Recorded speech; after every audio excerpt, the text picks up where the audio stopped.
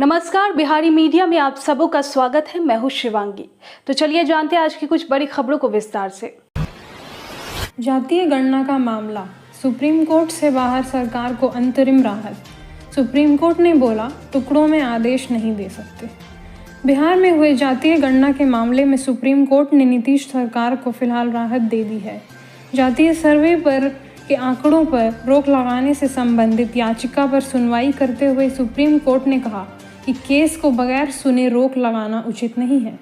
Court ने कहा कि केस सुनेंगे तभी कोई आदेश देंगे, टुकड़ों में आदेश नहीं दे सकते। अब सुप्रीम कोर्ट इस मामले पर आगामी 29 जनवरी को सुनवाई करेगा। सुनवाई के दौरान सुप्रीम कोर्ट ने बिहार सरकार के सार्वजनिक डोमेन में डाले गए आंकड़े के विभाजन की सीमा पर सवाल उठाए। याचिकाकर्ता के वकील ने कोर्ट को बताया कि सर्वे का डेटा प्रकाशित हो चुका है। उस आधार पर आरक्षण के दायरे 50% से बढ़कर 75% कर दिया गया है, जिसको पटना में हाई कोर्ट में चुनौती दे दी गई है। याचिकाकर्ता के वकील ने अंतरिम राहत के लिए जल्द सुनवाई की मांग सुप्रीम कोर्ट से की, लेकिन कोर्ट ने जल्द सुनवाई से इनकार करते हुए 29 जनवरी को मामले पर सुनवाई करने की बात कही। अब सुप्रीम कोर्ट आगामी 29 जनवरी को मामले की सुनवाई करेगा। बिहार में भीषण ठंड और सर्द हवाओं ने बढ़ाई ठिठुरन। मौसम विभाग ने जारी किया है अलर्ट। पूरा बिहार कड़ाके की ठंड और शीतल लहर की चपेट में है। सर्द हवा के साथ तापमान के गिरने से ठंड के कारण लोगों को परेशानी उठानी पड़ रही है। खासकर सुबह और शाम के समय काफ़ी अधिक ठंड महसूस हो रही है। राजधानी पटना समेत बिहार के कई ज़िले कड़ाके की ठंड की चपेट में हैं। इसी बीच मौसम विभाग ने 3 से 5 जनवरी के बीच बारिश का अलर्ट जारी किया है। मौसम विज्ञान केंद्र के मुताबिक 2 जनवरी को यानी आज बिहार में पश्चिमी विक्षोभ आएगा, जिसके कारण 3 से 5 जनवरी के बीच बक्सर, भोजपुर, रोहतास, भभुआ, औरंगाबाद में हल्की बारिश होने की संभावना है। मौसम वैज्ञानिक की माने तो अधिकतम और न्यूनतम तापमान में 4 से 6 डिग्री सेल्सियस के अंतर होने के कारण कोल्ड डे जैसी स्थिति बन सकती है। बताया गया है कि अगले 2 दिनों तक सुबह के समय बिहार में अधिकांश भाग में कहीं हल्का तो कहीं घना कोहरा छाया रहेगा। अगले 1-2 दिन तक राज्य के तापमान में कोई खास परिवर्तन नहीं होगा। 3, 4 और 5 जनवरी को बारिश होने के आसार हैं, जिससे तापमान और भी गिरने की संभावना है। ऐसे में मौसम विभाग ने ठंड को लेकर सतर्क रहने की चेतावनी दी है और सचेत रहने को कहा है। बिहार में महिला पर डंडा बरसाने वाले SHO को पद से हटाया, SP ने किया लाइन हाजिर।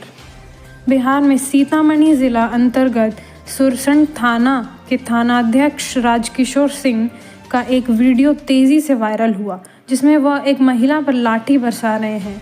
अब वीडियो सामने आने के बाद थानेदार की हर तरफ निंदा की जा रही है। इस वायरल वीडियो में साफ दिख रहा है कि एक महिला पर थानेदार लगातार डंडे बरसा रहे हैं, जबकि महिला बचने की काफ़ी कोशिश कर रही है, लेकिन थानेदार डंडे पर डंडे बरसाते जा रहे हैं। अब भाजपा नेताओं ने इस वीडियो को शेयर करके पुलिस प्रशासन के रवैये पर सवाल उठाया है। इसके ज़रिए सरकार पर भी निशाना साधा है। ऐसे में वीडियो वायरल होने के बाद अब सीतामढ़ी पुलिस कप्ताने के थानेदार राजकिशोर सिंह पर कार्रवाई की है। सीतामढ़ी SP के थानेदार के पद से हटाकर राजकिशोर सिंह को लाइन हाजिर कर दिया है। वहीं पुपरी SDPO को मामले में जांच का आदेश दिया है। इस वीडियो में खाकी वर्दी में एक पुलिस पदाधिकारी जिस बेरहमी से महिला पर डंडे चटका रहे हैं, उससे लगता है कि वह किसी महिला को नहीं बल्कि शातिर अपराधी पर डंडे बरसा रहे हैं। इस कारण सुरसंड पुलिस की काफ़ी किरकिरी हो रही है। नए साल में भी चलेगा पाठक का डंडा। स्कूलों की जांच के लिए जारी हुआ शेड्यूल। बिहार के शिक्षकों को नए साल में भी सतर्क रहना होगा, क्योंकि इस नए साल में भी 2023 में शुरू हुआ स्कूलों का औचक निरीक्षण जारी रहेगा और अगर औचक निरीक्षण में टीचर एब्सेंट या कार्य में लापरवाही में पकड़े गए तो उनके खिलाफ कार्रवाई हो सकती है। औचक निरीक्षण को लेकर अपर मुख्य सचिव के पाठक के निर्देश पर शिक्षा विभाग ने पत्र जारी कर दिया गया है और उस पत्र में अधिकारियों की सूची जारी कर दी गई है जिन्हें स्कूलों का औचक निरीक्षण करना है। दरअसल पिछले साल 2023 में ही के पाठक को शिक्षा विभाग का अपर मुख्य सचिव बनाया गया था। उसके बाद पाठक ने स्कूलों के औचक निरीक्षण का अभियान शुरू किया था। इस निरीक्षण में देर से पहुंचने वाले या स्कूल में गायब रहने वाले शिक्षकों और कर्मियों के खिलाफ कार्रवाई शुरू की थी। वेतन कटौती से लेकर वेतन बंद और सेवा से बर्खास्त करने जैसी सख्त कदम उठाए गए थे। बिहार शिक्षक भर्ती। गांव के बाद अब शहरी क्षेत्र में शुरू होगी टीचरों की पोस्टिंग। जानिए क्या है पूरी प्रक्रिया। बिहार लोक सेवा आयोग की तरफ से आयोजित शिक्षक भर्ती परीक्षा में सफल अभ्यर्थियों की लगातार ग्रामीण इलाकों में पोस्टिंग हो रही है। इसके बाद अब शहरी क्षेत्र के सरकारी स्कूलों में शिक्षक नियुक्ति प्रक्रिया शुरू की जाएगी। इसको लेकर शिक्षा विभाग ने सभी जिला शिक्षा कार्यालय को पत्र लिखा है। जिला स्तर पर शहरी क्षेत्रों के सरकारी स्कूलों में अब शिक्षक नियुक्ति प्रक्रिया होगी। इसके लिए तमाम स्कूलों में विषयवार रिक्तियां मांगी गई है। इसमें हर स्कूल को कुल नामांकन के साथ विषयवार शिक्षकों की संख्या मांगी गई है। इसके लिए राजकीयकृत प्रोजेक्ट माध्यमिक उच्च माध्यमिक विद्यालय प्रचालयों को निर्देश दिया गया है। दरअसल बीपीएससी की ओर से द्वितीय चरण के शिक्षक नियुक्ति के तहत चयनित शिक्षकों को शहरी क्षेत्र के स्कूलों में भी नियुक्त किया जाना है। शिक्षा विभाग ने स्कूलों से विषयवार रिक्तियां मांगी हैं। इसी आधार पर नियुक्ति होगी। स्कूलों को इसके लिए 1 जनवरी तक का समय दिया गया है। नामांकन की तुलना में शिक्षक है नगण्य उच्च माध्यमिक विद्यालय फुलवारी शरीफ में कुल 2593 नामांकन हैं। बिहार में कोरोना से 10 साल की बच्ची की मौत। 24 घंटे में 7 नए मरीज मिलने से हड़कंप। अकेले गया में मिले 3 कोरोना संक्रमित। बिहार में 24 घंटे में कोरोना के 7 मरीज मिलने से हड़कंप मचा हुआ है। वहीं इस वक्त की बड़ी खबर सासाराम से आ रही है, जहां कोरोना पॉजिटिव 10 साल की बच्ची के इलाज के दौरान मौत हो गई। Sasaram civil surgeon doctor KN Tiwari ने इसकी पुष्टि की है। बच्ची फेफड़े के गंभीर इन्फेक्शन से ग्रसित थी। पिछले 24 घंटे के भीतर बिहार में कोरोना के 7 नए मरीज मिलने से हड़कंप मचा हुआ है। अकेले गया में 3 लोगों की रिपोर्ट कोरोना पॉजिटिव आई है। देश में कोविड के नए वेरिएंट के सामने आने के बाद ससारा के नोखा प्रखंड में कोरोना संक्रमित एक 10 वर्षीय बच्ची साधना के इलाज के दौरान मौत हो गई। बताया जाता है कि हरेंद्र गिरी की बेटी साधना को पहले से फेफड़े में इन्फेक्शन था। लंबे समय से इलाज चल रहा था। मौत की पुष्टि करते हुए civil surgeon doctor KN Tiwari ने बताया कि कोविड संक्रमित बच्ची शेरघाटी में आयोजित किसी कार्यक्रम में शामिल होकर घर आई थी। इस कार्यक्रम में गया, आसनसोल समेत अन्य शहरों के लोग भी शामिल हुए थे। बच्ची के जब स्वास्थ्य बिगड़ने लगा तो परिजनों ने उसे नारायण मेडिकल कॉलेज में भर्ती कराया, जहां इलाज के दौरान ही RT-PCR जांच में वह कोरोना संक्रमित पाई गई। हालांकि कोविड के नए वेरिएंट की पुष्टि के लिए सैंपल पटना भेजा गया है, जिसकी जांच रिपोर्ट अभी तक नहीं आई है। सिविल सर्जन ने बताया कि बच्ची को पहले से फेफड़े में इन्फेक्शन था और संक्रमण की पुष्टि होने के बाद उसके परिजनों और गांव के आसपास के लोगों का भी कोरोना जांच कराया गया, लेकिन किसी की रिपोर्ट कोरोना पॉजिटिव नहीं आई। भाजपा का डर दिखाकर INDIA में मुंशी जैसा पद लेना चाहते हैं नीतीश। सुशील मोदी ने बताया क्या है मामला।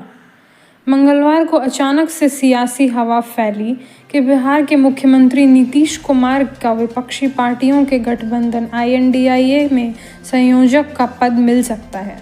वैसे राजद के साथ साथ JDU ने भी कहा है कि उसे इस बात की जानकारी नहीं है, लेकिन बीजेपी नेता सुशील मोदी ने नीतीश कुमार पर तीखा हमला बोला है।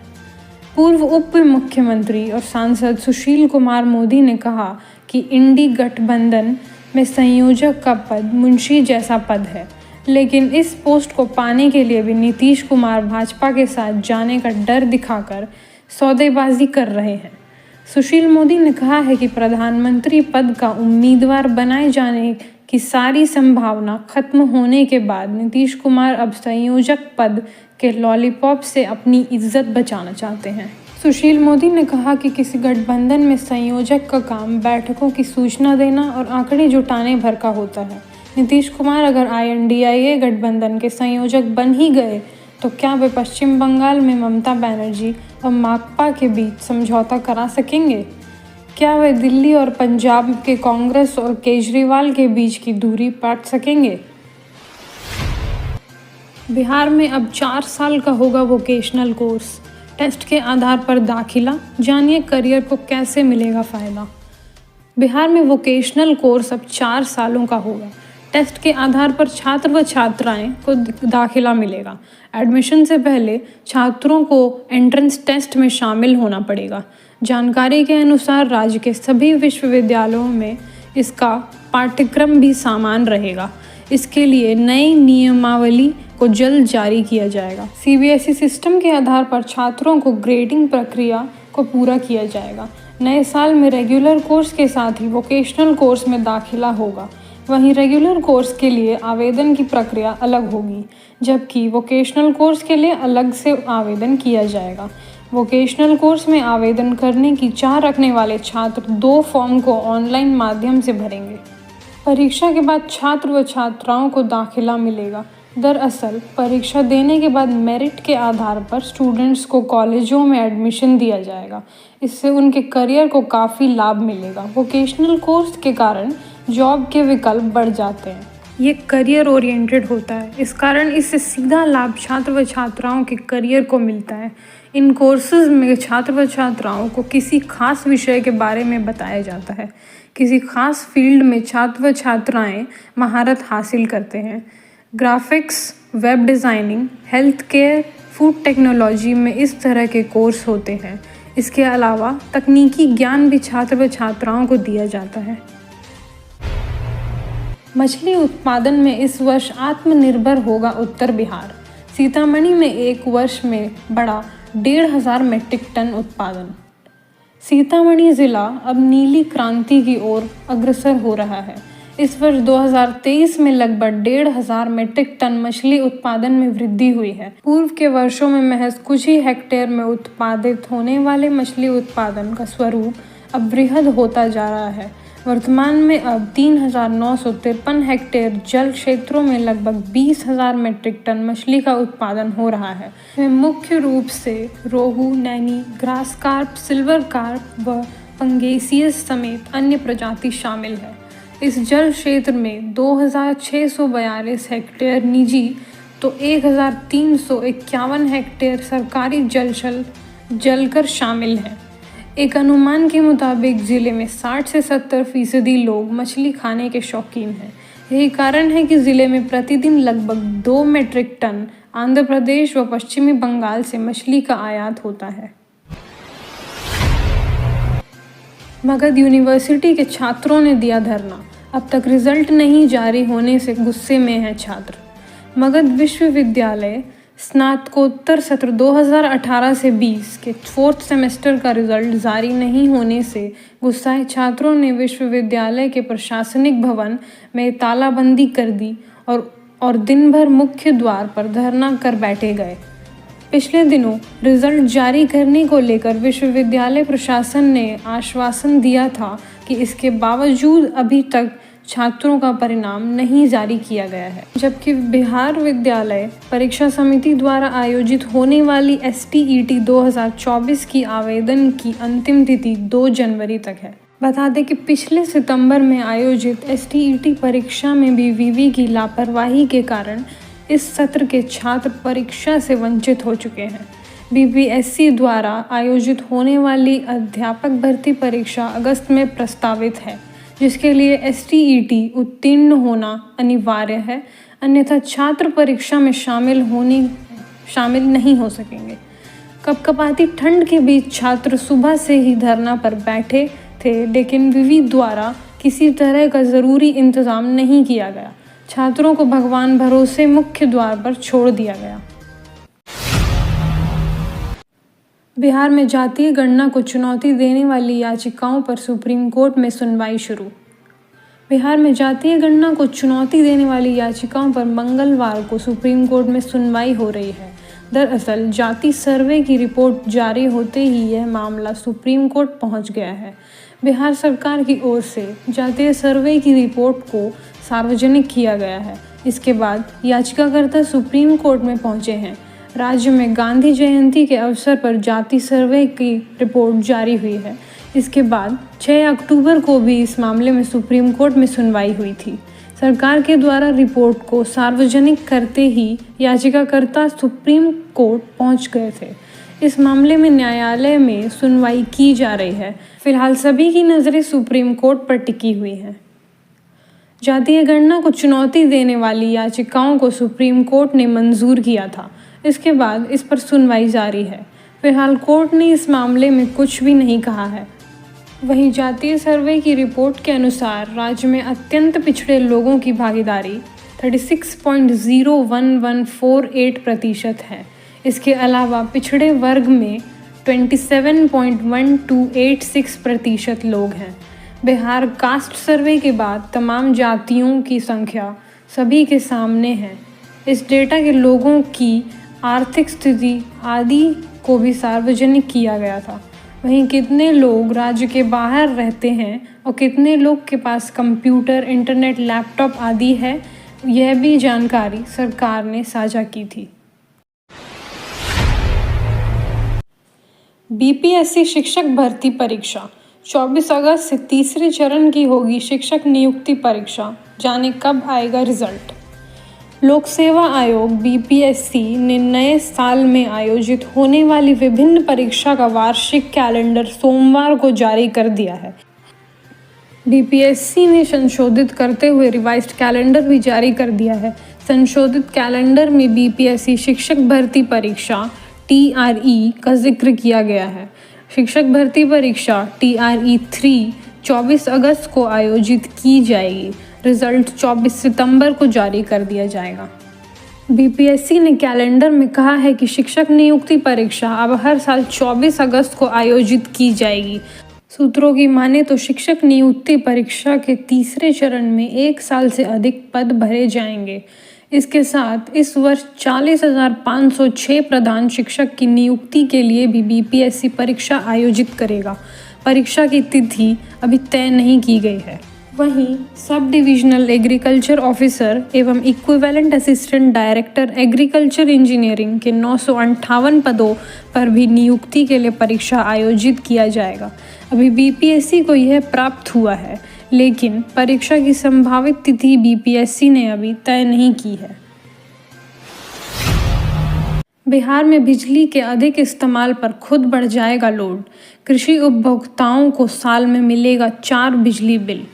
बिहार में बिजली आपूर्ति कंपनियों ने 2024 से 25 के लिए नई बिजली दर की मांग करते हुए बिहार विद्युत विनियामक आयोग में याचिका दायर की है।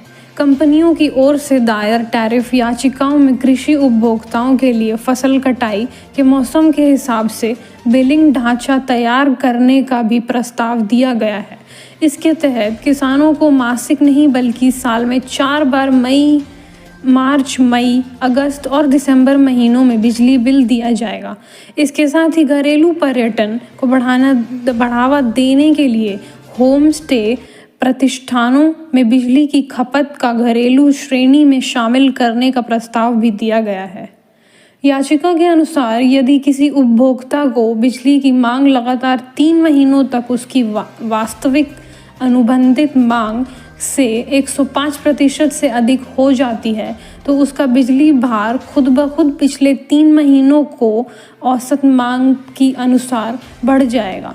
वहीं सरकारी संस्थानों से बिलिंग राशि समय पर प्राप्त करने के लिए बिल जारी होने का 30 दिन के अंदर भुगतान करने पर सरकारी संस्थानों को 1.5% छूट का लाभ दिया जाने का भी प्रस्ताव किया गया है।